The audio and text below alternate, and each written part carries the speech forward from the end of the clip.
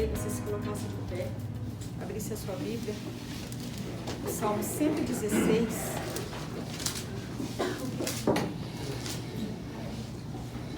Salmo de número 116. Verifica se o seu celular está no modo silencioso. Nós vamos ler esse salmo até o versículo 12. Diz assim: amo o Senhor porque Ele ouve a minha voz e a minha súplica. Porque inclinou para mim os seus ouvidos, invocá-lo-ei enquanto eu viver. Laços de morte me cercaram e angústias do inferno se apoderaram de mim. Caí em tribulação e tristeza. Então invoquei o nome do Senhor. O Senhor, ó Senhor, livra minha alma. Compassivo e justo é o Senhor. O nosso Deus é misericordioso. O Senhor vela pelos simples. Achava-me prostrado e Ele me salvou. Volta minha alma ao teu sossego, pois o Senhor tem sido generoso para comigo. Pois livraste da morte a minha alma, de lágrimas os meus olhos, da queda dos meus pés. Andarei na presença do Senhor na terra dos viventes. Eu cria, ainda que disse, estive sob modo aflito. Eu disse na minha perturbação, todo homem é mentiroso. Que darei ao Senhor por todos os seus benefícios para comigo? Amém? Quando eu lia e meditava a respeito desse salmo, eu não encontrei nenhuma referência ao autor. Alguns diziam que é o rei Ezequias, mas era unânime dizer que esse salmo era um testemunho de um homem que havia passado por muitas aflições, e aqui ele afirma que nos seus momentos de aflições, nos seus momentos de angústia, nos seus momentos de luta, no versículo 2 ele disse, inclinou para mim o Senhor os seus ouvidos, porque ele clamou ao Senhor. No versículo 1 ele diz, o Senhor ouve a minha voz e as minhas súplicas. Então ele se inclinou para mim e eu invocá-lo-ei enquanto eu viver. E ele vai descrevendo a sua situação. Laços de morte me cercaram, angústias do inferno se apoderaram sobre mim. Eu caí em tribulação e tristeza. Amado, quantas vezes e quantas pessoas nós temos visto nessas angústias, nessas lutas, nessas dificuldades, quantas vezes nós passamos por aflições, nós não estamos imunes nem isentos de preocupações, de aflições, mas é tão maravilhoso aqui quando ele diz no versículo 4, invoquei o nome do Senhor. Então, se você tem enfrentado luta, se você tem enfrentado tribulação, a única maneira de você encontrar resposta, cura, libertação, transformação, é você invocar o nome do Senhor, porque só Ele pode livrar a alma. E o versículo 6, ele diz assim, no versículo 5, perdão, compassivo e justo é o Senhor, o nosso Deus é misericordioso. Então, quando ele invocou o nome do Senhor, ele descobriu um Deus compassivo, um Deus misericordioso, um Deus amoroso, um Deus transformador, um Deus que olha para os simples. No versículo seguinte, ele diz assim, o Senhor vela pelos simples, eu achava-me prostrado e Ele me salvou. Versículos anteriores, ele fala, no versículo 3, ele fala assim, eu caí em tribulação e tristeza. Quantas vezes nós caímos? Todos nós estamos sujeitos a cair. Mas no versículo seguinte, ele diz assim, eu estava prostrado. Mas alguém prostrado é alguém sem forças, é alguém com dificuldade de reagir, dificuldade de se levantar. E aqui ele diz assim, o Senhor olhou para mim, achava-me eu prostrado e Ele me salvou. Então, não sei como está o teu coração, não sei qual é a circunstância que você tem vivido, mas o que eu creio e o que eu tenho convicção é de que o Senhor é o único que pode te levantar. O Senhor é o único que pode trazer essa resposta para o teu coração. Ele diz no versículo 8, pois livrastes a minha alma da morte, das lágrimas dos meus olhos. Nós já nascemos chorando. Quantas vezes nós choramos na nossa caminhada, quantas lágrimas às vezes nós produzimos na nossa caminhada. Mas a palavra nos ensina que o Senhor é aquele que enxuga dos olhos toda lágrima. O Senhor é aquele que é consola. O Senhor é aquele que pode, então, socorrer-nos em todo momento, principalmente nos momentos de aflição. Versículo 9, ele então firma um compromisso. Andarei eu na presença do Senhor na terra dos viventes. Mas o que nós precisamos é isso. É buscar essa dependência no Senhor. Reconhecer que Ele é o único compassivo, o único generoso, o único que pode nos socorrer. É o que cada um de nós hoje precisa fazer, é se levantar nessa fé. O mundo tem essa necessidade, essa carência, e quantas vezes não tem se prostrado diante do Senhor.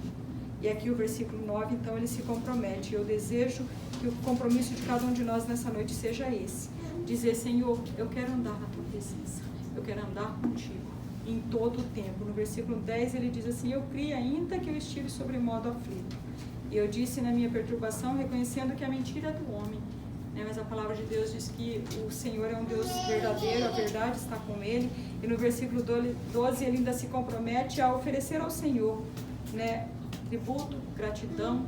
E o versículo 12 diz assim: o que darei eu ao Senhor por todos os seus benefícios para comigo? E o Senhor deseja que nós tenhamos esse coração grato, que reconhece tudo aquilo que Ele tem feito por cada um de nós.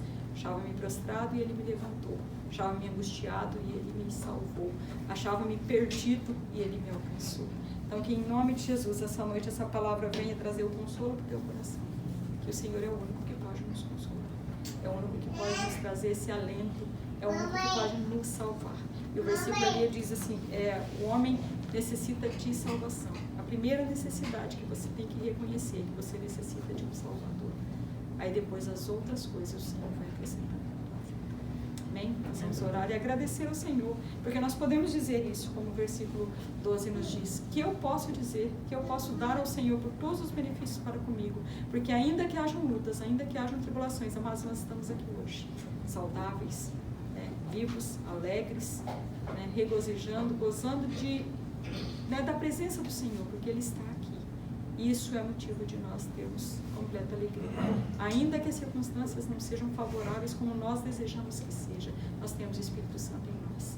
E Ele é poderoso para nos livrar, para nos trazer todas, suprir todas as nossas necessidades. Amém? Feche os teus olhos. Nós glorificamos ao Teu nome, Deus, da Tua palavra que é tão maravilhosa, que traz consolo ao nosso coração. Nós amamos a Ti, Senhor. Amamos, Senhor Deus, estar na Tua casa, estar na Tua presença. E nós Te pedimos, Senhor, continua a falar conosco, continua a falar ao nosso coração, ó Deus querido, a fortalecer as nossas vidas, que nós possamos ser cheios da Tua presença nessa noite, que cada um de nós, Pai, que aqui adentrou este lugar, sabemos que conduzidos pelo Senhor, possamos sair daqui, ó Deus querido, renovados, fortalecidos, ó Deus. Eu não sei da vida de cada um, das circunstâncias, daquilo que cada um tem passado, das aflições que há no coração de cada um, ó Deus, mas o meu coração crê, Pai querido, nessa palavra que diz que o Senhor é consolo, que o Senhor é socorro presente em toda e qualquer dificuldade, em toda e qualquer situação de tribulação, ó Deus. Nós apresentamos as nossas vidas no Teu altar, te pedimos, ó Deus, continua a falar conosco no decorrer deste culto. Vai, Espírito Santo, tirando, Senhor Deus, tudo aquilo que porventura é impedimento, é empecilho, Pai, para que a Tua palavra, para que a Tua presença possa fluir neste lugar e que nós saímos daqui, ó Deus querido, alegres, regozijando, ó Deus querido, porque o Senhor falou conosco, ó Deus, porque nós ouvimos da porção da Tua palavra e nós também Te oferecemos um culto que seja agradável na Tua presença. Nós exaltamos e glorificamos o Teu nome, Pai, em Cristo Jesus. Amém. Paz do Senhor, amém? Amém. Amém. Que bom que nós estamos aqui hoje, podendo louvar o Senhor. Vamos cantar com alegria nessa noite, cantar que nós queremos viver esse amor para sempre.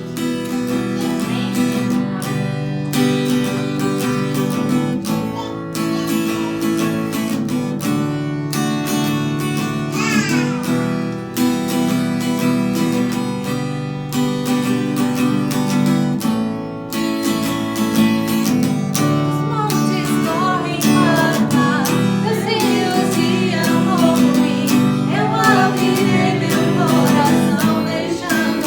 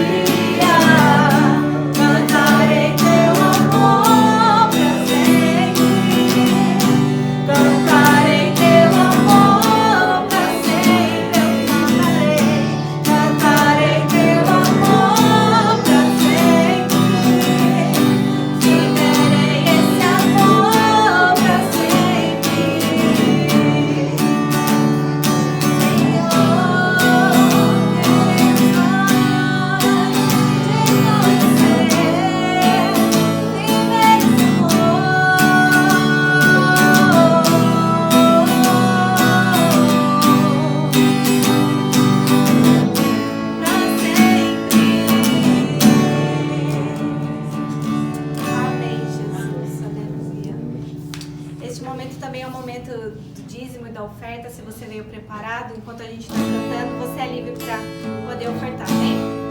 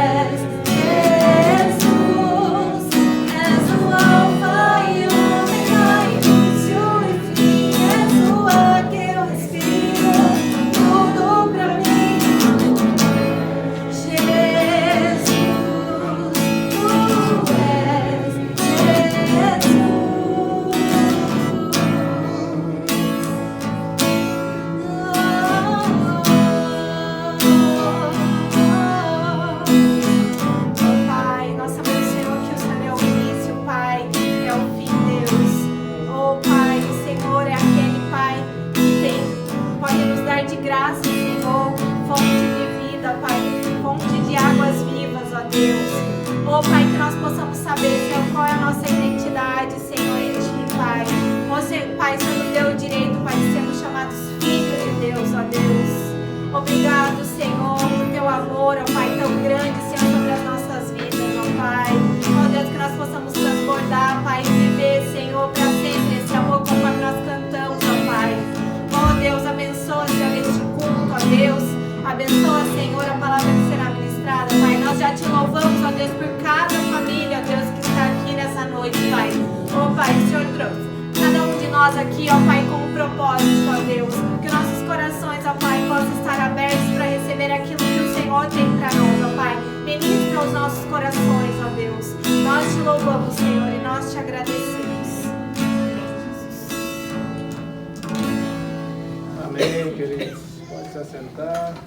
Amém, querido. Graça e paz a todos. Vamos abrir a nossa Bíblia no livro de João. A gente vai ler do capítulo 8, a partir do versículo 21 até o versículo de número 30. João, capítulo 8, do versículo 21 até o versículo de número 30. Nós vamos estar lendo, nós vamos prosseguir o nosso estudo em cima dessa carta, né, de João. E hoje nós vamos ler essa porção do versículo 21 até o versículo 30. Hoje a gente vamos trabalhar um tema que fala que Jesus é a única solução para o homem pecador. E dentro desse texto aqui do versículo 21 até o 30, nós vamos dividir em 4 partes. A primeira parte nós vamos ver no versículo 21, e ele vai deixar bem claro que sem ele, sem Jesus, o ser humano ele perece em seus pecados. Do versículo 22 até o 24 é a segunda parte, que fala que sem Jesus, sem fé em Jesus, o ser humano está condenado. Do versículo 25 a 29 é a terceira parte, e ele vai deixar bem claro que chegará um tempo em que as pessoas terão que reconhecer estas verdades. No caso, as 2 verdades que nós citamos nas partes anteriores, né? De que sem ele o ser humano vai perecer em seus pecados, e sem fé nele o ser humano vai estar condenado. A quarta parte é o versículo 30, e a gente vai ver qual é o desejo de Deus, então, com relação a essa questão. Se Jesus, de fato, ele é a única solução para o homem pecador, então, com certeza, Deus tem um desejo, né, para que realmente o ser humano ele possa obter, né, realmente essa solução. E aí, então, a gente vai estar trabalhando em cima, dentro desses bolsos, procurando compreender, então, essas 4 partes que Jesus vai estar trabalhando em cima desse tema principal, que fala que ele é a única solução para o homem pecador. Então, vamos orar, irmãos, e logo em seguida nós vamos ler o texto, e depois nós vamos estar aí estudando acerca desses 4 pontos dentro desse contexto, ok? Vamos orar. Deus, em nome de Jesus, nós queremos pedir a Tua bênção, a Tua graça, Pai, sobre as nossas vidas. Clamamos ao Senhor para que o Senhor realmente possa falar, Senhor, o nosso coração. Nos ajuda a ter esse entendimento, essa compreensão acerca dessa verdade. E que o Senhor possa nos ensinar coisas preciosas de Ti.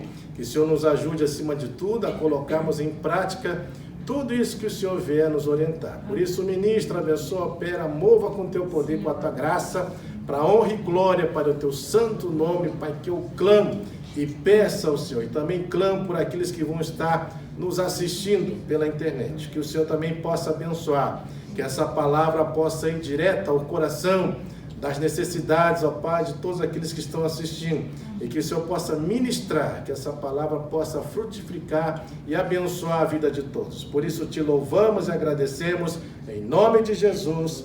Amém. Vamos ler então esse texto de João, capítulo 8, a partir do versículo 21 até 30. Acompanha comigo, fala assim a palavra do Senhor. De outra feita lhes falou, dizendo: vou retirar-me e vós me procurareis, mas perecereis no vosso pecado. Para onde eu vou, vós não podeis ir. Então diziam os judeus: terá ele acaso a intenção de suicidar-se? Porque diz: para onde eu vou, vós não podeis ir. E prosseguiu: vós sois cá de baixo, eu sou lá de cima. Vós sois deste mundo, e eu deste mundo não sou. Por isso eu vos disse que morrereis em vossos pecados, porque se não credes que eu sou, morrerei nos vossos pecados. Então lhe perguntaram: quem és tu? Respondeu-lhe Jesus: que é que desde o princípio vos tenho dito? Muitas coisas tenho para dizer a vosso respeito e vos julgar. Porém aquele que me enviou é verdadeiro, de modo que as coisas que dele tenho ouvido, estas digo ao mundo. Eles, porém, não atinaram que lhes falava do Pai. Disse-lhe, pois, Jesus: quando levantardes o Filho do Homem, então sabereis que eu sou, e que nada faço por mim mesmo, mas falo com o Pai que me ensinou. E aquele que me enviou está comigo. Não me deixou só, porque eu faço sempre o que lhe agrada. Dito estas coisas, muitos creram nele. Então nós vamos estar trabalhando esse texto. Eu queria que você permanecesse aí com a sua Bíblia aberta, para que nós possamos entender e trabalhar em cima desse tema. Jesus é a única solução para o homem pecador. Agora é óbvio que quando nós lemos esse tema, vem sempre essa pergunta, né? Solução para quê? Né? Solução do quê para o homem pecador? Veja, irmãos, nós vamos ver que esse texto aqui, praticamente todo ele fala acerca da morte. Né? Ele fala acerca que nós vamos morrer, se as pessoas não crerem nele, vão morrer nos vossos pecados. E é muito interessante que na história do ser humano, a gente sabe que a morte é uma coisa inevitável. Né? A gente sabe que mais cedo ou mais tarde, independente se você é novo, se você é velho, independente se você tem saúde ou não, com certeza a morte um dia chegará, né, às nossas vidas. É óbvio que nós desejamos que a morte chegue na nossa velhice, né? Como trajetória natural, nós sabemos que nós nascemos, nós vivemos, nós vamos ficando velhos, né? E obviamente depois da velhice a tendência é realmente a morte chegar. Então nós estamos às portas quando a velhice vai chegando. Então é uma coisa inevitável. A forma que todos nós desejamos, é óbvio, de morrer, é da forma mais tranquila possível. Né? Muitos desejam morrer dormindo, pelo menos para não sentir absolutamente nada. Mas a grande verdade é que muitos, né, não têm, né, esse privilégio de poder morrer dessa forma. Na verdade, mais de 80% das pessoas morrem não dormindo, né, mas morrem no leito de hospitais, morrem agonizando, morrem através de acidentes, enfim, de tantas coisas que podem ocorrer e que podem levar as pessoas à morte. E o ser humano, obviamente, ele sempre luta para poder sobreviver. Você vai vendo que mesmo que a pessoa esteja enferma, ela está lá, ela vai buscar médico. Ela vai tomar todo tipo de remédio que for possível para poder sanar do seu problema. Ela vai fazer de tudo para retardar o processo de velhice e, acima de tudo, que realmente ela não venha morrer tão cedo. Então, o desejo nosso é que a gente viva, né, por tantos tempos. E, na verdade, no início da criação, era assim, de fato. Deus, quando nos criou, lembre-se que a morte, essa morte física que nós vemos hoje, e que é a realidade para todos, ela só entrou na humanidade por causa do pecado. Por isso que lá em Romanos 5,12 fala que por um homem entrou o pecado, e junto com esse pecado veio o quê? A morte, e a morte foi passada para todos os homens. Por isso que todo mundo hoje morre, independente de quem seja. Pode ser um bebê, pode ser uma criança, pode ser um adolescente, pode ser um jovem, pode ser um adulto, pode ser um ancião, não importa, a morte vem para qualquer pessoa. Isso é inevitável. Mas não era assim desde o começo. Na verdade, a ideia é que a gente pudesse ter vida eterna em todo sentido. Né? Ou seja, a morte não era. A morte, na verdade, é uma coisa que sai fora daquilo do projeto de Deus. Não era isso que Deus havia projetado, mas infelizmente por causa do pecado, o pecado realmente leva então a morte a fazer parte agora da nossa natureza pecaminosa. Por isso que todo mundo inevitavelmente um dia vai morrer, né? É inevitável, né? Eu já estou falando isso já há bastante tempo, né? Eu vejo assim, quando nós olhamos para o tempo ele passa tão rápido, né? Eu fico olhando para as fotos dos meus amigos, né? Dos pais dos meus amigos, eu lembro, esses pais lá com cabelo pretinho, né? Estavam lá na faixa etária de 30, 40 anos, e de repente, depois de passar tantos anos, olhei para a foto deles, eles cabelo branquinho, velhinho, tantos que já morreram, né? Porque a velhice chegou e inevitavelmente também vem a morte. E eu sei também que nós também estamos envelhecendo, né? Eu mesmo já tenho que pintar cabelo, Né? Tem muita gente que fala, nossa, seu cabelo é pretinho, né? Não vê nem fiapo branco, mas na verdade é que eu pinto. Né? Já tem anos que eu estou pintando o cabelo, porque se deixar, o cabelo fica branquinho, que nem neve, né? Mas a gente faz isso, né? A gente sabe que realmente está chegando. E eu já estou com 49. Né? Ano que vem já faço 50, 5.0. Né? Já estamos aí chegando aí já nos 50. Foi misericórdia, né? Lembrando que era adolescente, eu torcia para chegar aos 18. Agora que vai ficando velho, a gente torce para voltar o tempo, mas não tem jeito, é inevitável, o tempo corre, ele prossegue, a nossa vida vai continuando. Mas esse é o fato, essa é a realidade. A morte um dia vai chegar para mim e para você. E a grande questão é exatamente isso. Quando ela chegar, para onde que nós vamos? Né? Onde nós estaremos? Você já parou para pensar nisso? Né? Porque uma coisa é certa, a gente está vendo as pessoas morrerem, não é? Eu não sei se já participou de funeral. Você vê, ela estava ali com a gente, não está mais. Né? A gente até fez parte ali daquele momento, teve que cremar. Não existe, nem o corpo tem, só tem os ossos. E olhe lá. E a gente vê que elas se foram. Da mesma forma como nós estamos aqui hoje, elas se foram. De uma hora para outra se foram. Né? Deixaram de existir. E a grande verdade é essa. Para onde nós iremos? Porque na vida, você obviamente tem dois caminhos. E obviamente que esses dois caminhos, né, eles vão fazer você obter resultados distintos. Que eu falo que é o caminho de seguir o que Deus quer e ter a garantia pela sua palavra, das promessas que Ele realmente declara na sua palavra para aqueles que o seguem, para aqueles que vivem a sua vontade, procuram andar segundo aquilo que Ele quer. A Bíblia fala que esses terão direito à vida eterna. Esses um dia estarão no seu reino, estarão no paraíso. É aquela história que Jesus fala para aquele ladrão naquela cruz, né? Quando o ladrão na cruz está ali e ele pede ao Senhor, lembrando como nós sempre falamos, todas as pessoas que morrem de cruz, elas só iam para a cruz porque haviam feito coisas terríveis.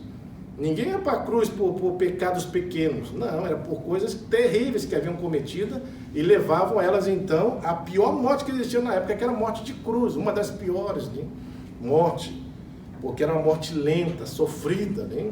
E você veja que ali do lado de Jesus, havia um ladrão à direita e à esquerda, e um deles fala, Senhor, quando o Senhor entrar no teu reino, lembra-te de mim. E aí ele fala, hoje mesmo estará comigo no paraíso. Perceba então que ele tem a percepção de que a vida não se limitava ali, aquele momento. Mas ele entendia que existia uma vida vindoura. Né? E é o que nós também temos de percepção, que a vida não se limita aqui. Ela vai prosseguir. Não é à toa que as pessoas elas buscam realmente conhecer esse futuro, esse além, né? Mas nós não temos assim, essa capacidade de saber o que é o outro lado, mas nós temos informações acerca do que é estar do outro lado, como as Escrituras revelam. Mas o fato é que a Bíblia fala que aqueles que trilham o caminho de Deus, seguem a Ele, creem nele, vão ter vida eterna. Isso quer dizer então que existe algo após a morte. Da mesma forma que aqueles que não trilham, não querem saber, rejeitam ele, com certeza também terão resultado. E o resultado será o quê? Longe dele. Porque o pecado faz isso. O pecado nos destitui da sua presença. E destituição da presença de Deus significa separar. Morte, na verdade, quando nós sempre olhamos para o contexto bíblico, tem muita gente que pensa que morte é final. É destruição. Está certo que na perspectiva da morte humana é isso mesmo, acabou, é fim.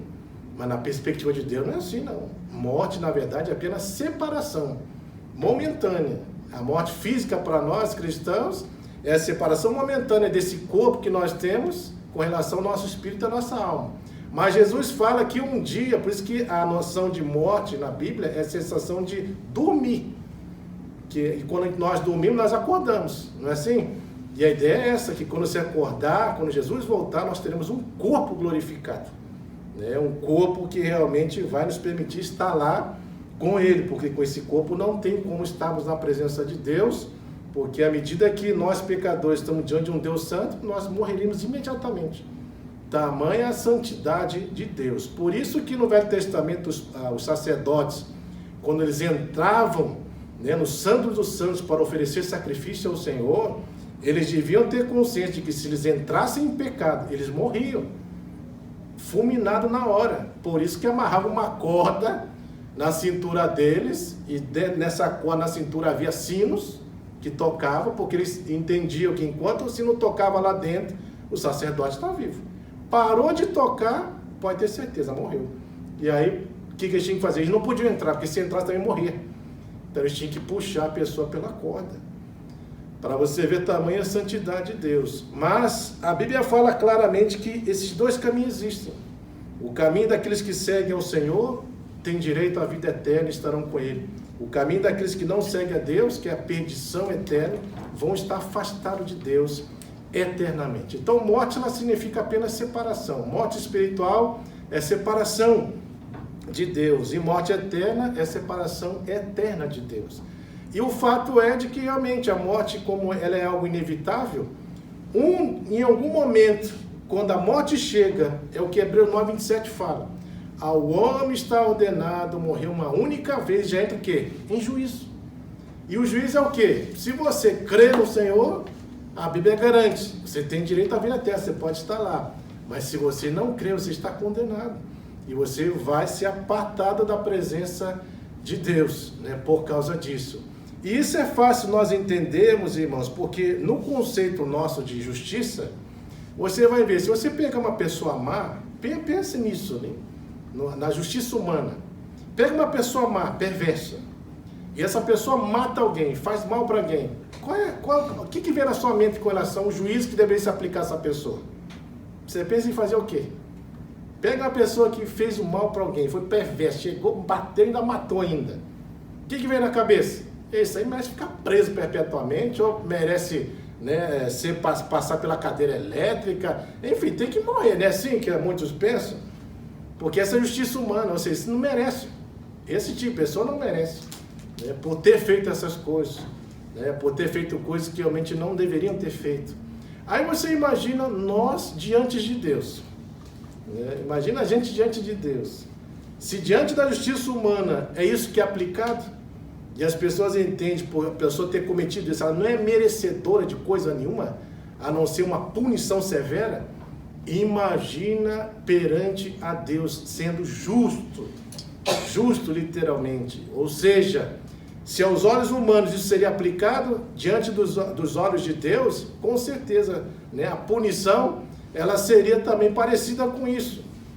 E aí é onde nós começamos a refletir acerca do que é a justiça humana e a justiça de Deus. Mas graças a Deus que a justiça de Deus, ela não é comparada à justiça humana.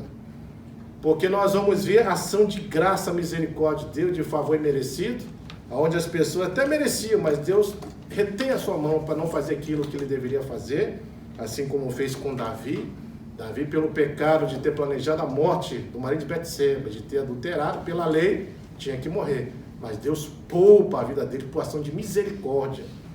Então Deus age assim, Deus é misericordioso, Deus quer que as pessoas se arrependam, Deus quer que as pessoas sejam salvas, alcançadas. E o grande ponto é exatamente esse, quando nós tratamos esse tema que Jesus é a única solução para o homem pecador, é para mostrar que o ser humano, depois que ele peca, ele automaticamente, infelizmente, ele foi destituído de Deus. Ele está separado. Não tem como ele por si só se chegar a ele. Por quê? Porque tudo que nós fazemos, a Bíblia fala que a nossa justiça é como trapo de imundícia, não serve para nada. Nós não conseguimos nos justificar diante de Deus. Por quê? Porque para ser justificado diante de Deus, você precisaria ser perfeito, como a lei ordena. Mas nós não somos perfeitos. Isso quer dizer então que pela lei de Deus, todos estariam o quê? Condenados. Porque ninguém consegue cumprir completamente, plenamente aquilo que Deus quer. Por isso há uma necessidade então de haver um outro meio para se chegar a Deus. E é exatamente isso que Jesus quer mostrar aqui nesse texto. De que Ele é esse outro caminho. Ele é a única possibilidade para resolver esse problema do pecado da natureza humana. Fora dele é impossível haver solução. Por quê? Porque nós somos pecadores. E sendo pecadores, nós jamais vamos conseguir satisfazer aquilo que Deus quer. Jamais. Por quê? Porque a gente falha. A gente falha na ação, a gente falha no falar, a gente falha no pensar. Até dormindo a gente falha, porque a gente peca. Até dormindo, em sonhos. Né? A gente peca, a gente pensa besteira. Até no sonho, o pensamento já está contaminado. Tamanha é a ação da natureza pecaminosa em nós. Né? Quantos sonhos de besteira que você já sonhou? Né? Quantas coisas, dormindo, você já ficou pensando? Para você ver o que é a nossa natureza. É assim. Então, pela via natural, seria impossível você chegar a Deus. Por isso, Jesus aqui chama a atenção dos seus leitores para essa realidade. Ele está mostrando que ele é a solução para o homem pecador. E é isso que nós vamos ver, então, nesse texto. Veja só, versículo 21, ele vai falar, então, aqui que sem ele, o ser humano que perece em seus pecados. É muito interessante você ver aqui que quando na Bíblia falar acerca de pecado, pecado no singular, como está aí, ó, você está vendo aí que está pecador, não está falando pecado, certo? Quando falar de pecado na Bíblia, você deve entender que é a natureza pecaminosa do ser humano. Se falar de pecados, aí sim, são as atitudes pecaminosas, ok? Então, pecado se refere à natureza pecaminosa que todos nós temos. Todos. Né? Você já nasce um pecador, como fala em Salmo 51, versículo 5, como Davi declara, em pecado concebeu a minha mãe. Então você já nasce um pecador. O grande problema é que o conceito das pessoas, elas pensam que você só se torna pecador a partir do momento que peca. Não é assim? É por isso que no mundo fala, por que você vai para o céu? Ah, porque eu não roubo, porque eu não mato, porque eu não faço mal para ninguém, então eu vou para o céu. Ou seja, eles se declaram sem pecado, porque não fazem tais coisas. Mas a Bíblia fala que é pelo fato de você ser pecador que você peca. Não é a partir do momento que você pecar que você vai se tornar pecador. Não, você peca porque você já é pecador. É por isso que você vê essa ação numa criança, num bebê pequeno, de colo. Ninguém ensinou ele a bater, mas ele bate. Ninguém ensinou a morder, mas morde. Ninguém ensinou a fazer birra no supermercado, ficar se jogando no chão. Mas faz birra lá no supermercado, se joga no chão. A pergunta é, quem que ensinou? Qual foi a criatura que pegou esse bebê e ficou ensinando essas coisas para ele? Ninguém ensinou. Isso quer dizer, então, que está na natureza dela essa ação de pecado. Por isso que peca. Essa é a compreensão que nós temos que ter. Então, veja só. 21, quando fala que sem Jesus o ser humano perece seus pecados. Vamos ler. De outra feita lhes falou, dizendo, vou retirar-me e vós me procurareis. Mas o que? Perecereis no vosso pecado. Ou seja, na sua natureza pecaminosa. Vocês vão perecer, vocês vão morrer com essa natureza. E para onde eu vou, vós não podeis ir. Então perceba que Jesus está mostrando aqui que sem ele, obviamente, você continua e vai continuar com essa natureza pecaminosa sobre você. Lembrando que é justamente essa natureza que nós herdamos de Adão quando ele pecou. Quando Adão e Eva pecaram, lá em Gênesis 3, todos nós herdamos essa natureza pecaminosa. Está em nós. É por isso que a Bíblia fala em Romanos 3:23, porque todos os pecados estão destituídos da presença de Deus. Todos.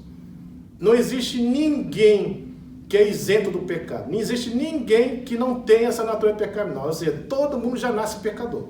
Essa é a ideia.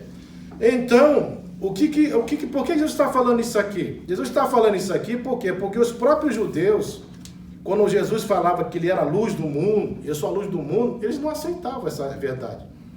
E nós já trabalhamos na mensagem anterior, que quando Jesus fala eu sou, ele está se declarando o quê? Que ele é a própria pessoa da divindade, no caso é o Deus Filho, que está ali. Ele é o próprio Deus, né? Ele é aquele que ilumina, que direciona, que guia, que mostra o caminho para as pessoas, mas eles estão rejeitando a Jesus. Eles não querem saber. A compreensão maior é aquilo que João 1,12 fala. Ele veio para os seus, que no caso é o povo judeu, mas os seus que não receberam ele, rejeitaram ele, não queriam saber. E ao rejeitar, eles não estavam entendendo que estavam rejeitando justamente aquele que poderia o quê? Reverter essa natureza pecaminosa. Porque o que acontece? Por que ele fala que eles vão morrer, né, perecer nessa natureza, no vosso pecado? Porque só Jesus pode levar a pessoa a ter essa natureza mudada. Só Ele pode fazer isso. Enquanto a pessoa não tem a Cristo, automaticamente ela continua com essa natureza e vai continuar até o dia da morte dela.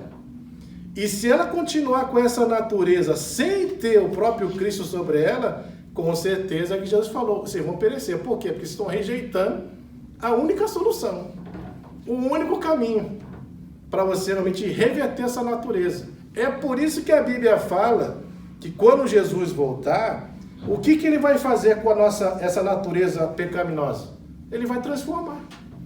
Ou seja, o que é corruptível, que é essa natureza pecaminosa, vai se transformar em quem? Incorruptível. Aí sim, para onde o Senhor vai, aí você vai poder ir, porque você vai ter uma natureza incorruptível, assim como Deus também tem. Aí você pode estar lá com Ele. Você entende isso? Mas enquanto a gente não tem essa natureza, não tem como você estar lá. Não tem como. Por quê? Porque essa natureza nos afasta de Deus. Ele impede de nós termos essa relação com Ele diretamente. Não tem como. É por isso que você vai perceber que toda ação hoje que nós temos, mesmo sendo cristão, pode perceber, é sempre por intermediação de quem? De Cristo.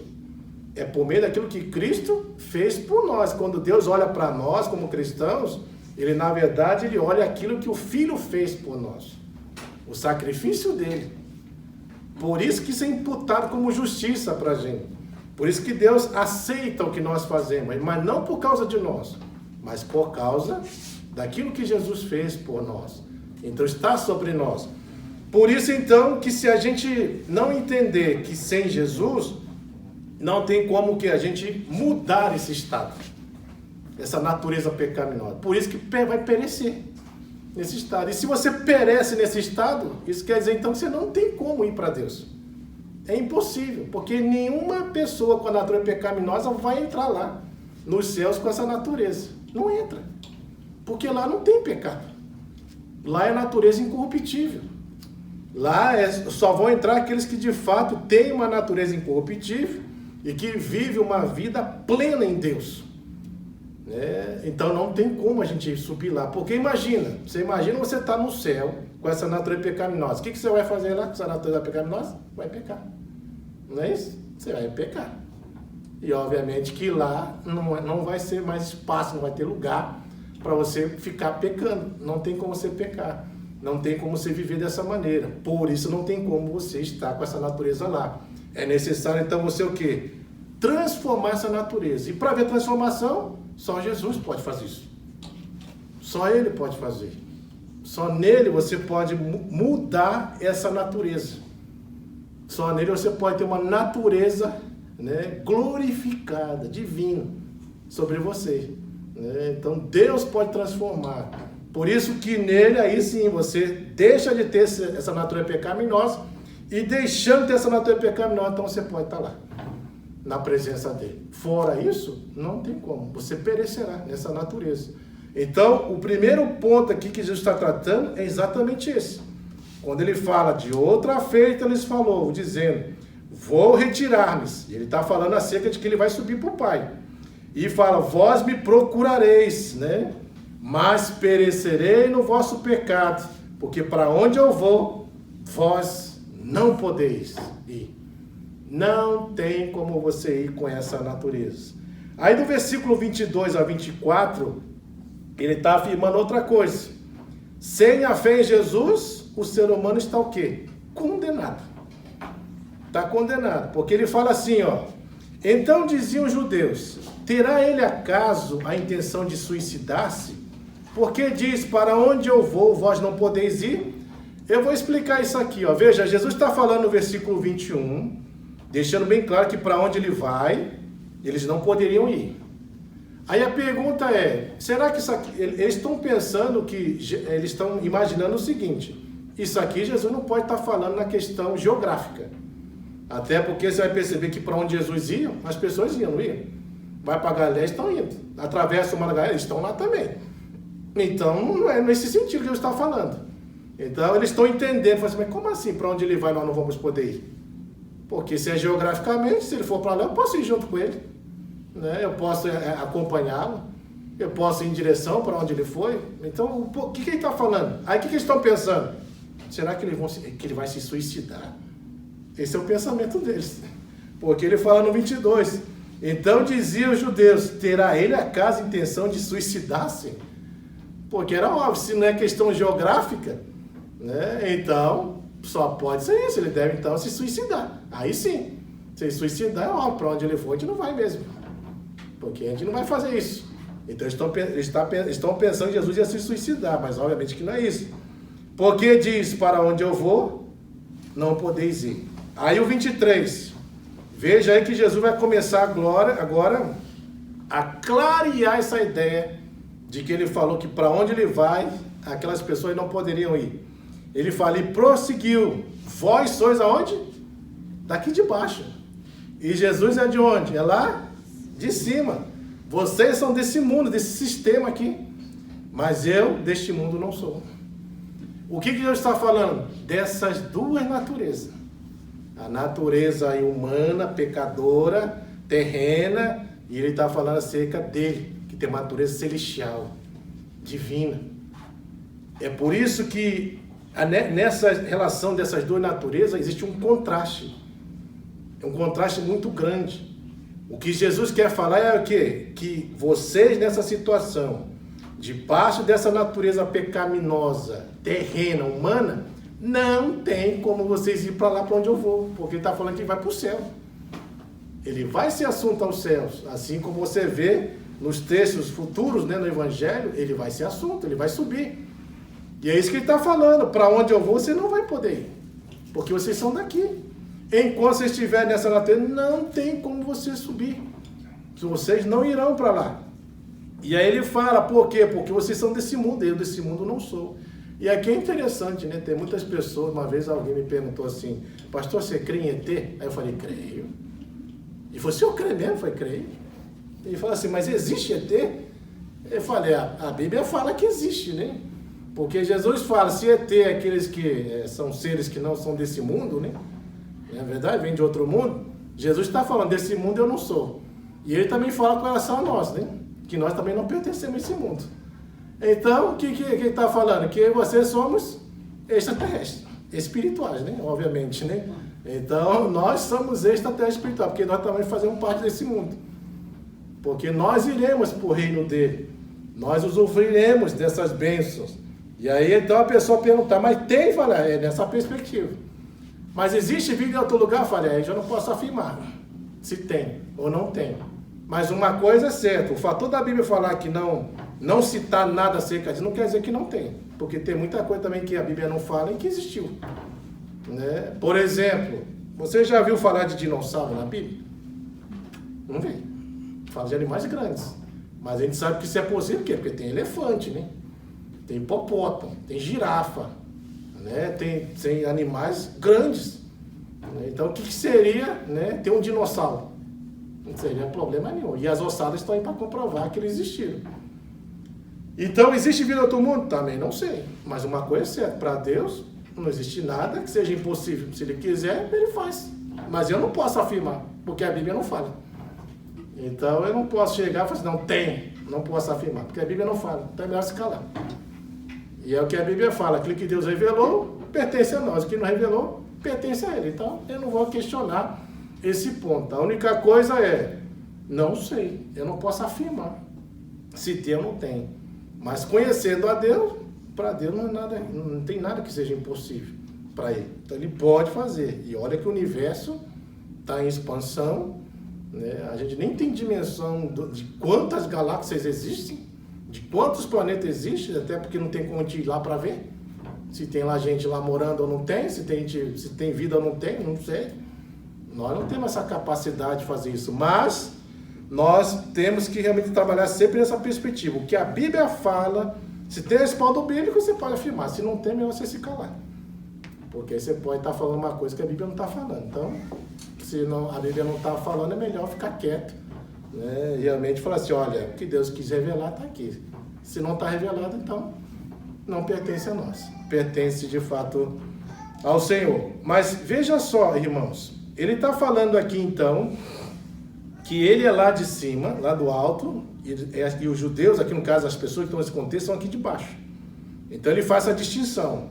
Eu tenho uma natureza celestial, divina, e eu sei para onde eu vou voltar para o Pai, como ele sempre afirmou.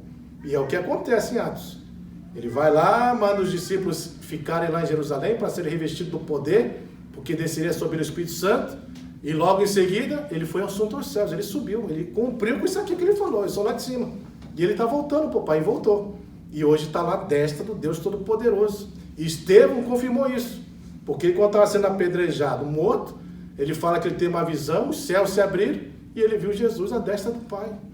Né? Então a gente sabe que Jesus está lá pelo contexto bíblico que a Bíblia fala, né? Pelo que os anjos também falaram, depois da sua ressurreição, de que realmente ele está lá, à destra do Deus Todo-Poderoso, intercedendo por nós. Então ele está lá, ele não pertence a esse mundo, mas pertence ao mundo de Deus, né? O ser divino. E aí o 24, ele vai agora esclarecer claramente o que significa morrer em vossos pecados. Por que ele está afirmando isso? Porque ele fala aqui, ó, ele vai mostrar também ao mesmo tempo a solução para isso. Por isso que ele deixa claro que sem fé em Jesus, o homem está condenado. Porque ele fala assim, ó, por isso, 24, eu vos disse que morrereis nos vossos pecados. Por quê? Porque ele é do alto, vocês são daqui da terra. Ele tem uma natureza espiritual, você tem uma natureza pecaminosa. Então, por causa desse contraste, não tem como essa natureza pecaminosa herdar lá o céu. Tem que mudar essa natureza. Então vocês vão ficar aí, vocês vão morrer. Só que, ele fala aqui, ó, se não credes que eu sou, morrereis no vosso pecado. Perceba que então tem uma condição. Ou seja, se você não crê, você vai morrer nos vossos pecados. Mas se você crê, você não vai morrer nos vossos pecados. Ou seja, existe solução. Você deixa de ser condenado para ser o que? Agora salvo. Essa é a ideia. Então, veja que Jesus está afirmando aqui, claramente, primeiro, ele está mostrando que sem ele, o homem perece em seus pecados, ou seja, vai continuar com essa natureza pecaminosa, não reverte essa natureza. Mas se você crê nele, aí sim, você pode ter essa natureza pecaminosa transformada, e tendo essa natureza transformada, então você agora pode ter acesso a Deus. Você pode estar lá. Então você sai de um estado de condenação para salvação. Essa é a ideia que ele está querendo trazer aqui. Então ele traz essa condição. Por isso, veja só, como isso aqui é uma realidade. Se você pegar João 3,36, vamos ler. Vai lá para o capítulo 3 de João, versículo 36. Olha que ele fala. Por isso, quem crê no Filho tem o quê? Vida eterna. O que todavia se mantém rebelde contra o Filho, não verá a vida, mas sobre ele permanece o quê? A ira de Deus. Perceba que não tem como você mudar a sua situação se você não ter fé em Jesus. Você continua no estado de condenado. Aí veja, olha o que fala aqui Efésios 2, 8, 9. A gente vai ver que tudo está direcionado à pessoa de Jesus. Efésios 2, versículo 8 e 9, fala assim: porque pela graça sois salvos. Veja, a salvação não é mérito do homem. Nenhum ser humano vai ser salvo porque é bom. Não será. Então não é um mérito humano. Mas ele está falando aqui, por isso que a gente fala aqui pela lei, pelo cumprimento da lei. Se você quiser se chegar a Deus porque você acha que é bom, você nunca vai se chegar a Ele. Mas existe um caminho para se chegar, que é o quê? Pela fé em Jesus. Que ele fala, porque pela graça sois salvos. Que é graça? Favor imerecido, você não merece, mas Deus quis. E aí ele fala, pela graça sois salvos mediante a fé. Isso não vem o quê? De vós, mas é um dom de Deus, é um presente de Deus. Nem a fé de você crer em Jesus vem de você. Porque quem gera essa fé para você crer nele é o próprio Deus que gera em você. Através de quem? Do Espírito Santo, que vem aqui para convencer o homem do pecado, da justiça, do juízo, para testificar essa verdade no coração, para guiar a pessoa à verdade. É Ele que intercede por nós com gemidos inexprimíveis, ou seja, é Ele que age. É Ele que está convencendo, é Ele que mostra, né, realmente essas verdades. Ele opera. E aí ele fala, isso não vem de vocês. Ou seja, que essa fé que salva É o próprio Deus que deu para mim e para você. Para a gente crer nele. Por isso que é dom de Deus, é um presente de Deus para mim e para você. Por isso que Jesus é a solução. E aí ele fala, não de obras para que ninguém se glorie. Porque é fato, né? Se as obras pudessem salvar, as pessoas se gloriariam pelas obras. Eu cheguei lá porque eu sou bom mesmo. Eu cheguei lá porque realmente, né? Deus tinha que me aceitar. Olha como eu sou. Olha o que eu faço. Olha a minha vida. Então ele tem que me aceitar. Mas ninguém vai chegar por mérito. Todo mundo que se achega a Jesus só se achega por fé. É por isso que ele fala também em Atos 4:12.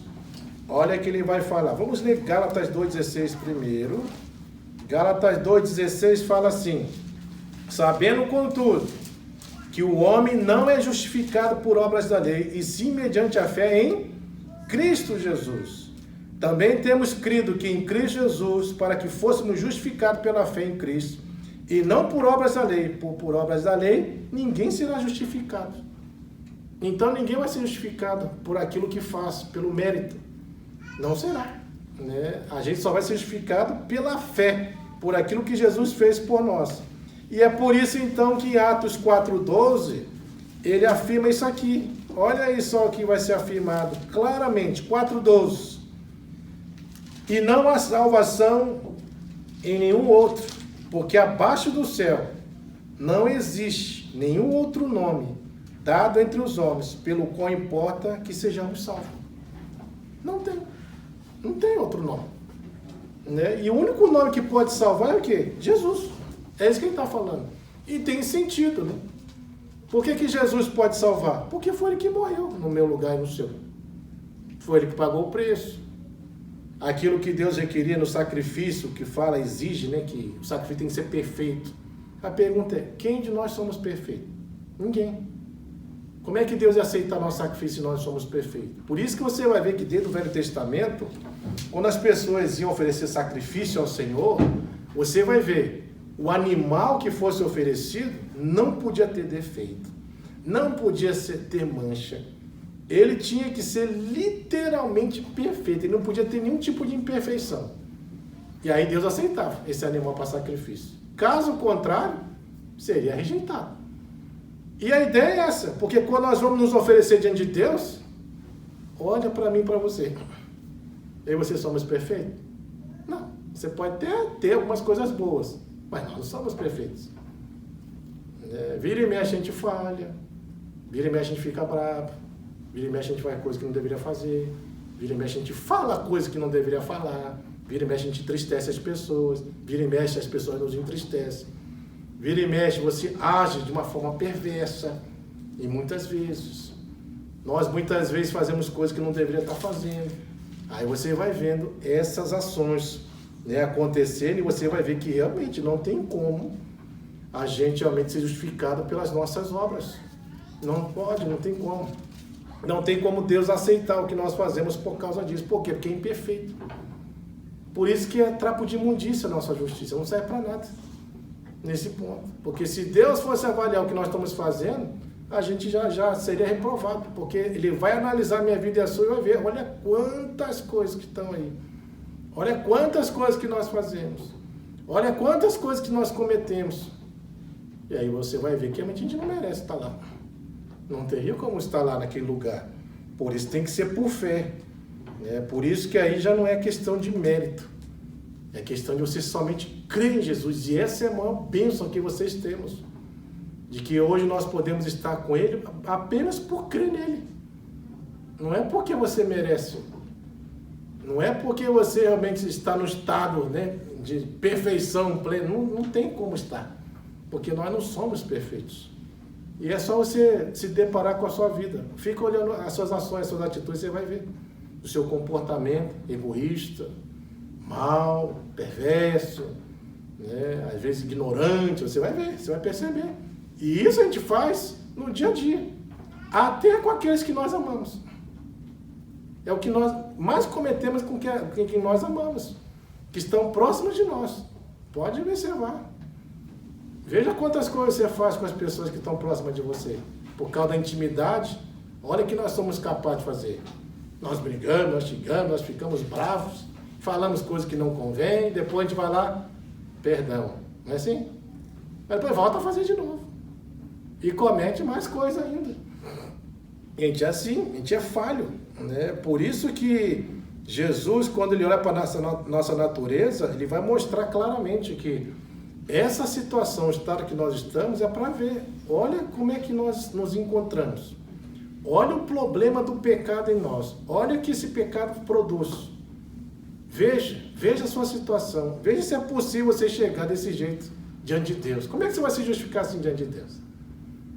Se você estivesse no tribunal de Deus, diante do Senhor, como se justifica sem ser por meio de Cristo? Não tem como se justificar. Porque poderia passar todo o filme da nossa vida e aí você vê, meu Deus, olha quantas coisas eu falei. Olha quantas coisas eu falei para o meu cônjuge. Olha as atitudes que eu tive com meus filhos. Olha as ações que eu tive com as pessoas lá da fábrica. Olha como agi com o meu chefe. Olha como agi, né, com os meus vizinhos. E vai por aí. É tanta coisa que se a gente fosse julgado por um Deus santo, perfeito, estaríamos condenados. Essa é a verdade. Não tem solução para o homem, né, pecador dessa forma. Não existe. E aí por isso que nesse 4:12 ele afirma que não existe salvação em nenhum outro, porque debaixo do céu não existe nenhum outro nome dado entre os homens, pelo qual importa que sejamos salvos. Não tem. Por isso que ele, de fato, sem Jesus, o ser humano está o quê? Condenado. Não tem solução para a vida do ser humano. E aí prossegue a terceira parte do versículo 25 a 29. Jesus está falando que vai chegar um tempo em que as pessoas reconhecerão essas verdades que ele está falando. De que sem ele, as pessoas vão morrer no pecado e sem fé nele, elas serão condenadas. Então veja, vamos ler, versículo 25, fala assim: então lhe perguntaram, quem és tu? Respondeu Jesus, que é que desde o princípio tenho dito? É interessante, né? Porque quando eles falam, quem és tu? Os judeus estão questionando, mas veja o que João vai falar, esse próprio João que escreveu essa carta. Abra no capítulo 20, versículo 30 e 31. Querem saber quem Jesus é? Ele vai falar aqui. 30 a 31. Fala assim: na verdade, fez Jesus diante dos discípulos muitos outros sinais que não estão escritos neste livro. Estes, porém, foram registrados para que creiais que Jesus é o quê? O Cristo. Sabe o que significa o Cristo?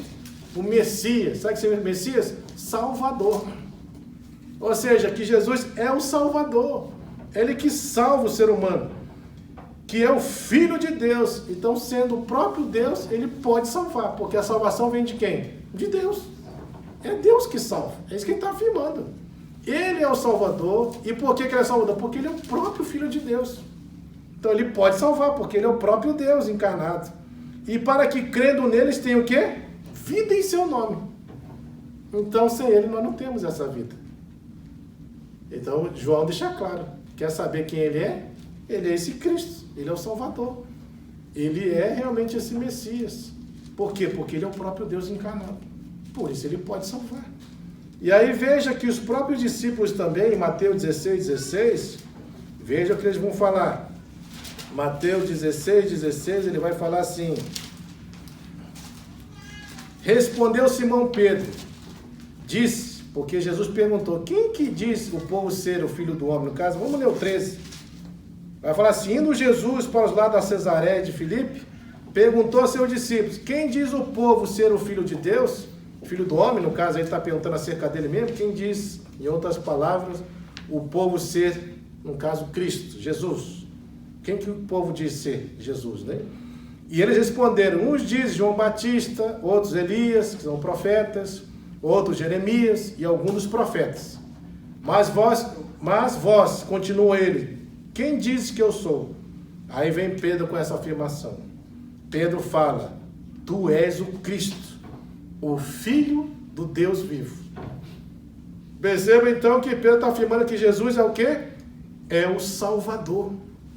Filho do Deus vivo quer dizer que ele é divino, ele é celestial, ele é o segundo da Trindade. né? Segunda pessoa da Trindade. Tem Deus Pai, Deus Filho, Deus Espírito Santo. E ele é o Deus Filho. Então, ele é o Salvador, ele é o Messias, o Cristo, o Filho do Deus vivo. É por isso que a gente vai perceber claramente que, de fato, né, aqui a gente vai percebendo que se as pessoas não entenderem isso, elas vão ter que em algum momento reconhecer essa verdade. Sabe por quê? Volta lá agora para o texto. João 8, a partir do 25. Olha só por que isso vai ter que acontecer. Ele fala assim, é interessante também que quando eles falam quem és tu, pode ser também que aqui existe uma ação de uma pegadinha, né? Lembra que eles fizeram lá também com Jesus em João, com relação à mulher adúltera? Quando eles trouxeram aquela mulher pega em adultério, e ele fala assim, pela lei de Moisés, né? Essa mulher tinha que ser apedrejada. E tu, o que disse? E aí a gente já falou, né? Já citou. Se ele fala, sim, apedreja, ele estaria perdido, porque a lei romana não permite que um judeu viesse aplicar pena capital, pena de morte. Se ele fala não, ele estaria indo contra a lei de Moisés, porque aí os judeus iam pegar ele. Então, sendo sim, sendo não, a resposta ele seria pego. Então era uma pegadinha, para tentar pegar Jesus. E aqui está falando, e aí, quem és tu? Quem é você? E eles estão esperando que Jesus também fale alguma coisa. Mas o que Jesus fala aqui? Ele fala, que é que desde o princípio vos tenho dito? Ou seja, eu não preciso falar quem eu sou, porque eu estou falando faz tempo, vocês estão aí, não estão crendo. Eu estou falando que eu vim na paz de Deus. Eu estou falando que eu sou a luz do mundo. Eu estou falando que eu sou o pão vivo que desceu do céu. Eu estou falando que o Pai me enviou, mas vocês não estão aceitando. Vocês não aceitam essas verdades. Então, para que está perguntando quem és tu? Mas João deixa claro quem Jesus é e Pedro também afirma quem ele é. Ele é o Cristo. Se é isso que vocês querem saber e precisam saber, ele é o Cristo, por mais que vocês não queiram reconhecer. Aí 26. Muitas coisas vos tenho para dizer a vosso respeito e vos julgar. Porém, aquele que me enviou é verdadeiro, de modo que as coisas que dele tenho ouvido, essas digo ao mundo. Veja só o versículo 26, irmãos. Lá no capítulo 3 de João, versículo 17, você vai ver o porquê que Jesus está falando isso aqui. Muitas coisas tem a dizer a vosso respeito, no caso aí desses judeus que estão aí questionando Jesus. E ele fala, a seu respeito eu tenho que dizer e julgar. Né? Porém, aquele que me enviou é verdadeiro, de modo que as coisas que dele tenho ouvido, essas digo ao mundo. Veja o que Jesus quer dizer. Capítulo 3, versículo 17, vai explicar isso aí. 3,17 fala assim: portanto, Deus enviou seu Filho ao mundo, não para que julgasse o mundo, mas para que o mundo fosse salvo por ele. Sabe por que Jesus fala isso aqui? Porque Jesus está deixando bem claro, eu não estou agora para ser juiz. Eu não estou agora para julgar vocês. Eu poderia falar muitas coisas a vosso respeito. E poderia, porque ele é o próprio Deus encarnado. Mas ele está falando, não é o momento de julgar vocês. Por quê? Porque agora eu estou para salvar. Eu estou aqui para salvar. Eu estou aqui para mostrar o caminho da salvação. E cabe vocês terem entendimento acerca disso, né? E aí você veja que lá agora em Mateus 25, veja só que vai chegar um tempo que Jesus, quando voltar, aí sim, ele já não vem mais como Salvador, mas ele vai vir como juiz.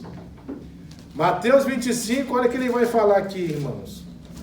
Quando ele vir, na sua segunda volta, a partir do versículo 31, ele está falando aqui sobre o grande julgamento. Ele fala, quando vier o Filho do Homem na sua majestade, e todos os anjos com ele, então se assentará no trono da sua glória, e todas as nações serão reunidas em sua presença.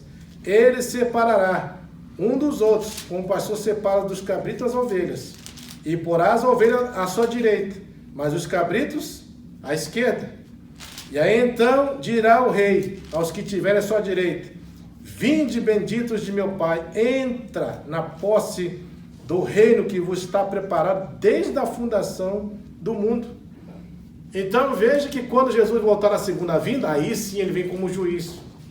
Aí sim, junto com os anjos, ele vai separar os que são dele e os que não são. Mas agora não é o momento de julgar. Agora Jesus está vindo para salvar. Por isso que ele está mostrando, ele está deixando bem claro que o que ele quer fazer ali naquele momento é apenas anunciar essas verdades. Ele está ali para ser portador das coisas que Deus quer ministrar para eles. Por isso que ele fala, muitas coisas tenho a dizer a vosso respeito e vos julgar. Porém, aquele que me enviou é verdadeiro, de modo que as coisas que dele tenho ouvido, essas digo ao mundo. Então, o que ele está falando? Ele está falando das boas novas. Né? Que o homem pode ser salvo. Através de quem? Dele. É isso que ele está falando. É essa mensagem que ele quer ministrar. Ele quer ministrar acerca da salvação. Mas ele não está ali para julgar ninguém. Por isso, então, você vê claramente essa ação. Aí, versículo 27. Volta lá, João 8, 27. Eles, porém, não atinaram o que ele estava falando do Pai. 28. Disse, pois, Jesus, quando levantares o Filho do Homem, então sabereis que eu sou, e que nada faço por mim mesmo, mas falo como o Pai me ensinou. Ou seja, Jesus está deixando bem claro que vai chegar um momento onde as pessoas vão reconhecer essas verdades que ele está falando. E aqui, quando ele fala que ele vai ser levantado, o Filho do Homem, ele está se referindo aqui, o texto do capítulo 3, versículo 14, vamos ler, de João 3, 14. Olha só o que ele fala. E do modo porque Moisés levantou a serpente no deserto, assim importa que o Filho do Homem seja levantado, para que todo aquele que nele crê tenha vida eterna. Agora, qual é o texto disso aqui, de Moisés? Números 21. Vai falar o que está acontecendo aqui. E essa citação. Números 21, do 4 a 9, fala assim: Então partiram do Monte Or pelo caminho do Mar Vermelho, a rodear a terra de Edom. Porém o povo se tornou impaciente no caminho, e o povo falou contra Deus e contra Moisés: Por que nos fizeste subir do Egito para que morramos nesse deserto, onde não há pão nem água? E a nossa alma tem fastio deste pão vil.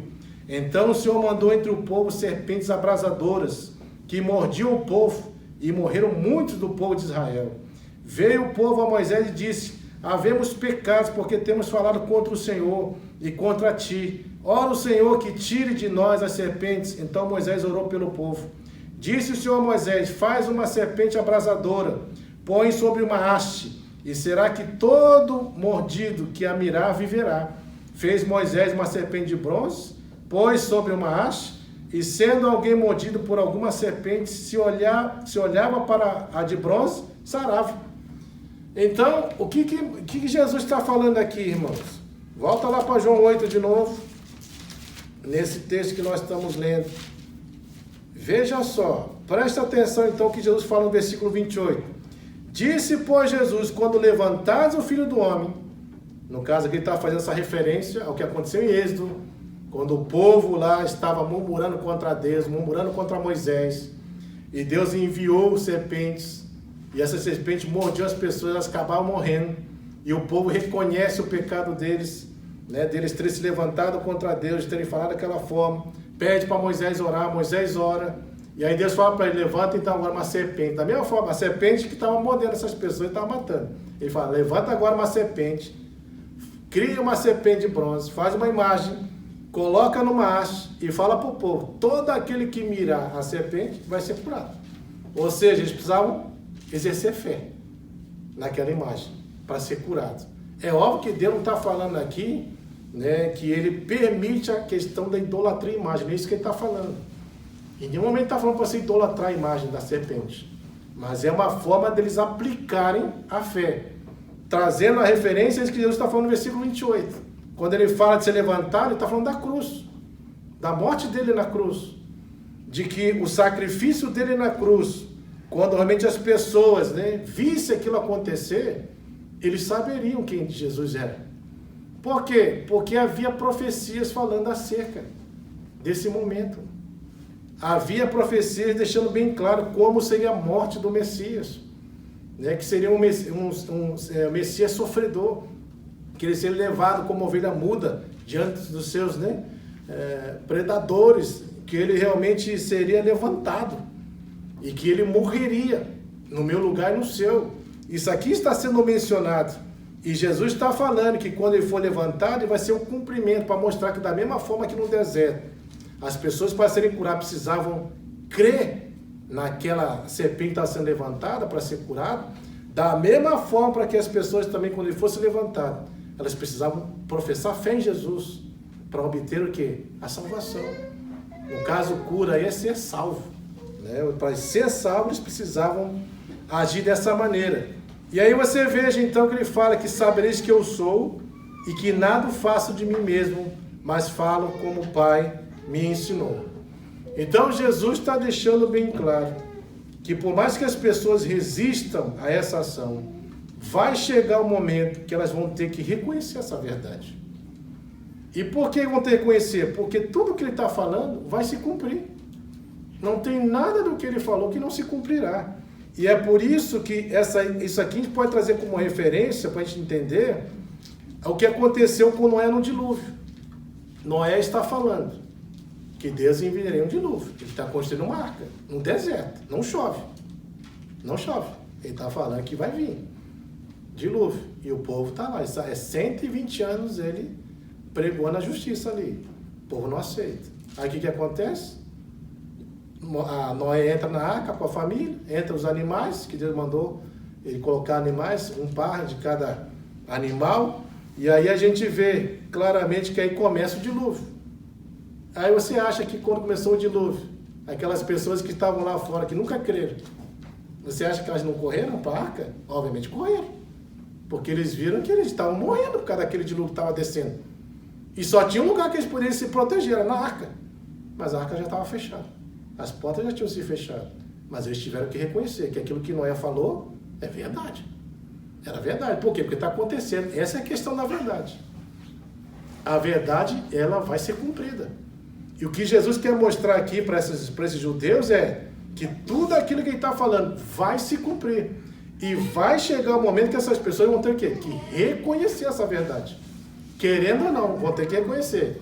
E aí para você ver, o outro texto que fala acerca disso é em Lucas 16, do 19 ao 31, quando ele fala acerca do rico e do mendigo Lázaro. Você vai ver, ó, que eles estão ali, os dois morrem, um vai para o seio de Abraão, que é o paraíso, no caso o mendigo Lázaro, e o rico vai para o inferno. E ele sabe lá que no inferno ele está sofrendo, e aí ele fala para Abraão, né, fala para Lázaro, né? Ou para alguém ir lá falar para os meus irmãos que realmente para eles não vir para cá, porque esse lugar aqui é um lugar de sofrimento. E aí você percebe claramente então que Abraão fala assim, eles têm a lei e os profetas, eles têm Moisés e os profetas, que eles ouçam eles. Ou seja, aquele homem ouviu falar acerca daquele momento, mas ele não deu ouvido aquilo que está sendo falado. Chegou o momento que ele morreu. Ele foi para aquele lugar de sofrimento. E ele percebe ali que ele precisava, de alguma forma, avisar para os seus irmãos. Porque aquilo era uma realidade. Mas já era muito tarde, já não podia fazer mais nada. Não tinha mais como fazer absolutamente mais nada. E é exatamente isso que a verdade provoca. A pessoa ela pode até rejeitar a verdade. Ela pode rejeitar, é uma opção. Mas uma coisa é certa, a verdade vai se cumprir. E o que Jesus fala é verdade. E o que ele está mostrando é, vocês podem rejeitar o que eu estou falando. Vocês podem rejeitar, mas uma coisa é certa. Vai chegar um momento que é inevitável que vocês vão ter o quê? Que reconhecer tudo isso que eu estou falando.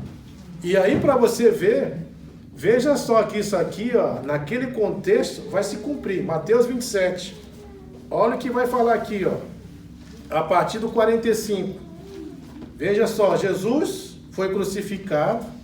A partir do 45 agora, quando Jesus morre, fala assim, desde a hora sexta, a hora nona, houve trevas sobre toda a terra. Mateus 27, 45. 46, por volta da hora nona, chamou Jesus em alta voz, dizendo, Eli, Eli, lama sabachthani, que quer dizer, Deus meu, por que me desamparaste? E alguns dos que ali estavam ouvindo isso diziam, ele chama por Elias. E logo um deles correu a buscar uma esponja e, tendo embebedido com vinagre, colocando na ponta de um caniço, deu-lhe a beber. Os outros, porém, diziam, deixa e vejamos se Elias vem salvá-lo. E Jesus, clamando outra voz, com grande voz, entregou o Espírito. Eis que o véu do santuário se rasgou em duas partes, do alto a baixo, tremeu a terra, fenderam-se as rochas, abriram os sepulcros, muitos corpos de santos que dormiam ressuscitaram e saíram dos sepulcros depois da ressurreição de Jesus, entraram na cidade santa e apareceram a muitos. O centurião, olha aí, ó, e os que com ele guardavam a Jesus, vendo o terremoto e tudo que se passava, ficaram possuídos de grande temor e disseram: verdadeiramente este era o quê? O Filho de Deus. Perceba que até aquele momento eles não estavam reconhecendo isso, mas depois daqueles fatos eles tiveram que reconhecer. E é exatamente isso que acontece, irmãos. É exatamente isso que nós vamos vendo acontecer. As pessoas, elas precisam entender que vai chegar um momento que é inevitável. Se a Bíblia é a verdade, ela vai se cumprir. E se ela vai se cumprir, de uma forma ou outra, um momento ou outro, você vai ter que reconhecer essa verdade. Agora, o problema todo é se você reconhecer que nem esse rico aqui, o Lázaro. O Lázaro reconheceu antes da morte. O rico só foi se lembrar depois que morreu. Mas não tem mais como mudar o estado, porque Hebreus 9:27 fala: ao homem está ordenado morrer uma só vez e já entra o quê? Em juízo. Não tem mais o que você fazer depois da morte. Você já decreta o seu estado em vida. Se você crê em Jesus, você é salvo. Se você não crê, você está condenado. Mas isso é em vida, não é após a morte. Após a morte não tem mais como você fazer mais nada. E é isso que vai acontecer. O problema todo é esse, que as pessoas só vão se dar conta dessa realidade justamente quando essas coisas estiverem aqui acontecendo. Ou quando chegar o momento da morte.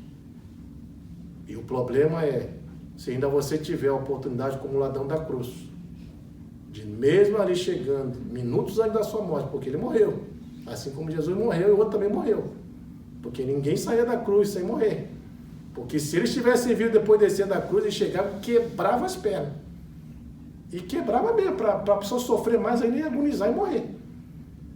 E aí a gente vê, ele ainda teve a oportunidade, que mesmo ali, nos momentos finais da vida, ele ainda reconheceu quem Jesus é, se arrependeu, pediu perdão a Deus, e Jesus fala: hoje mesmo você estará comigo no paraíso. Mas e aqueles que não fizeram isso? Com certeza morreram. E com certeza, depois que passaram da morte, eles viram para onde foram. E lá, assim como esse rico, também viram que o inferno é uma realidade. Ele está lá sofrendo. É um lugar terrível. E ele não quer que os irmãos venham para aquele lugar também. Quer que a sua família tenha conhecimento acerca dessa verdade. Mas ele não pode mais fazer nada. Mas o bom é que ainda eles têm o quê? A Moisés e os profetas. E Abraão fala que ouçam eles. E a verdade está sendo apregoada. E esse é o ponto. As pessoas vão chegar no momento, querendo ou não, elas vão ter que reconhecer essa verdade. Por isso que Jesus fala que um dia todo joelho vai se dobrar. Toda língua vai confessar que de fato Jesus Cristo é Senhor. A pessoa, querendo ou não, vai ter que reconhecer essas verdades em algum momento. Então, Jesus está falando, vai chegar um tempo que vocês vão ter que reconhecer isso. E por último, aliás, a outra parte, a 4, fala aqui, 29. Volta lá para João 8, 29. E aquele que me enviou está comigo, não me deixou só, porque eu faço sempre o que lhe agrada. O que Deus está falando? Que Deus enviou ele para essa missão, que Deus está com ele e que Jesus é o quê? Obediente àquilo que Deus realmente ordena. E é muito interessante quando fala que Deus enviou para essa missão e de que ele realmente não está só. Lá em João 3,12, vamos ler o que fala. João 3,12 fala isso aqui, para confirmar essa ideia. 3,12 fala assim, aliás, não é 3,12 não, perdão. Peraí. É Mateus 3, Mateus, capítulo 3. Veja só a partir do versículo 13, fala assim: por esse tempo dirigiu Jesus a Galileia para o Jordão, a fim de que João batizasse. Ele, porém, disse ao dia, dizendo: eu que preciso ser batizado por ti, tu vens a mim? Mas Jesus lhe respondeu: deixa por enquanto, porque assim me nos convém cumprir toda a justiça. Então ele o admitiu. Batizando Jesus, saiu logo da água, e eis que se abriram os céus. Viu o Espírito de Deus descendo como pomba sobre ele. E eis uma voz dos céus que dizia: este é meu filho, o quê? Amado, em quem me comprazo. Então perceba que Jesus é enviado para esse mundo. Jesus veio cumprir tudo aquilo que o Pai queria. Deus fala para ele: isso aí é o meu filho amado, eu me comprazo nele. Por quê? Porque ele é obediente a Deus. Ele cumpre. E Jesus fala que a minha vontade, a minha comida é o quê? É fazer a vontade daquele que me enviou. E ele cumpre com isso, até morte de cruz. Então a gente vê o Senhor junto com ele, né, em obediência, né, andando para que cumprisse com aquilo, com essa missão. E Jesus assim faz. E por último, você vai ver qual é o desejo de Deus. Versículo 30 do João 8, que fala assim, 8:30. Depois de Jesus ter ministrado todas essas verdades, mostrando que sem ele o ser humano vai perecer no seu pecado, mostrando que sem fé nele o ser humano vai estar condenado, mostrando que vai chegar um dia que as pessoas vão ter que reconhecer essas verdades, mostrando que ele de fato é enviado do Pai para cumprir com essa missão, que ele não está só e que ele é obediente, ele vem cumprir com aquilo que o Pai quer. E por último, Deus vai falar no versículo 30 o desejo dele. Qual é o desejo de Deus com relação a todas essas pessoas que estão lutando contra Deus, contra Cristo, que não recebe, que o rejeita, que não reconhece de fato quem ele é? É isso aqui, versículo 30, quando fala: disto estas coisas, muitos creram nele. Sabe o que Deus quer, irmãos? Olha aí agora, vamos lá, Mateus 4,17. Veja, ele está falando que muitos creram nele, né, por causa das palavras que Jesus falou. Então as pessoas creram. Mas a gente sabe que antes de crer, a pessoa precisa passar desse processo aqui, ó. 4,17. Daí por diante, passou Jesus a pregar, dizendo: arrependei-vos, porque está próximo o quê? O reino dos céus. Ou seja, ele está pregando arrependimento, mudança de pensamento. E é por isso que ele está falando as verdades aqui a essas pessoas. Para quê? Para que a mente mude. Mas eles não querem mudar. Então, se a mente não muda, não tem arrependimento. Se não tem arrependimento, não tem como crer. Por isso que a gente vê que uma pessoa, para crer, ela precisa se arrepender. Ela precisa mudar a mentalidade dela. E é o que Jesus está querendo mostrar. Eles não querem mudar. Veja aí, Atos 3,19. Atos 3,19 vai falar isso aqui, irmãos. 3,19. Fala assim: arrependei-vos, pois, e convertei-vos para serem cancelados o quê? Os vossos pecados. Esse é o objetivo do arrependimento. Fazer com que você saia do estado de condenação. Para você não ser um condenado. E aí continua. 1 Timóteo 2,14. Olha, de 1 a 4. 1 Timóteo. Veja aí que vai falar. 1 de Timóteo, capítulo 2. De 1 a 4. Fala assim. 1 Timóteo, capítulo 2, de 1 a 4, fala assim: antes de tudo, pois, exorto que se use a prática das súplicas, orações, intercessões, ação de graça, em favor de todos os homens, em favor dos reis, de todos que se acham investidos de autoridade, para que vivamos vida tranquila e mansa, com toda piedade e respeito. Isso é bom e aceitável diante de Deus, nosso Salvador, o qual deseja o quê? Que todos os homens sejam salvos e cheguem ao pleno conhecimento da verdade. É o que Deus quer. Deus quer salvar. Mas para isso eles precisam crer. E para crer tem que se arrepender. E aí sim, se eles se arrependem, creem em Jesus, aí eles obtêm essa promessa aqui de Atos 4,12 para encerrar, que fala exatamente o que nós já ministramos já. 4,12. Que fala assim: e não há salvação em nenhum outro, porque abaixo do céu não existe outro nome dado entre os homens pelo qual importa que sejamos salvos. A bênção de ver aqui no versículo 30 do capítulo 8, quando ele fala: e dito essas coisas, ou seja, aquilo que Jesus falou ali, desde o versículo 21 até o versículo 29, Aquelas palavras que ele anunciou, mostrando que sem Jesus o homem vai perecer em seus pecados, que sem fé nele ele está condenado, que vai chegar um tempo que as pessoas vão ter que reconhecer essas verdades que ele está anunciando, de que eles precisam entender que ele de fato é enviado do Pai para essa missão, de que ele não está só, que ele foi obediente até morte de cruz, para cumprir o propósito do Pai. E por último, que o desejo de Deus é que as pessoas creiam. Por que ele está falando? Nem que muitos creram. Dito essas coisas, muitos creram. Não está falando que todos creram, mas muitos creram. Isso quer dizer, então, que muitos reconheceram quem Jesus de fato é. E é isso que Deus quer. Porque se você reconhece quem Jesus de fato é, você tem a garantia da parte dele, né, de que você estará com ele, de que você será salvo.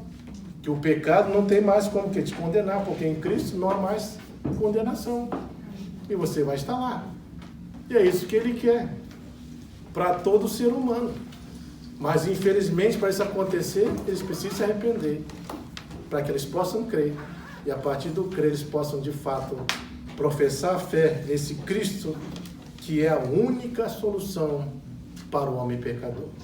Essa é a realidade no qual todo ser humano se enquadra e que ele precisa, de alguma forma ou outra, reconhecer isso. Porque sem Jesus, não tem como. Todos nós vamos perecer. Mas com ele, nós temos garantia de vida eterna. Garantia de que um dia nós vamos estar lá com ele. E essa é a maior bênção que nós podemos ter na vida. De saber que a morte, para nós, cristãos, não é o fim. A gente perde aqui, né? Perde, né? Porque é óbvio, a gente vai deixar pessoas queridas, mas nós estamos lá na presença dele. Pelos séculos dos séculos. Vamos estar diante dele. Vamos estar livres dessa natureza pecaminosa. Vamos estar no lugar onde você não tem mais dor, não tem mais sofrimento, não tem mais angústia, né? Não tem mais catacora, não tem mais nada disso que perturba você, que deixa você angustiado, atribulado, para baixo, sem esperança. Não tem. Lá essas coisas não existem. Lá você vai viver uma vida verdadeira. E é isso que ele quer dar para todos aqueles que realmente reconhecem ele como essa solução. Jesus, de fato, é a única solução para o homem pecador. E que Deus nos ajude a reconhecer e ensinar essas verdades para todos os homens, né? Para que eles se arrependam e para que eles possam alcançar a salvação por meio da fé em Jesus Cristo. Amém? Vamos orar. Deus, em nome de Jesus.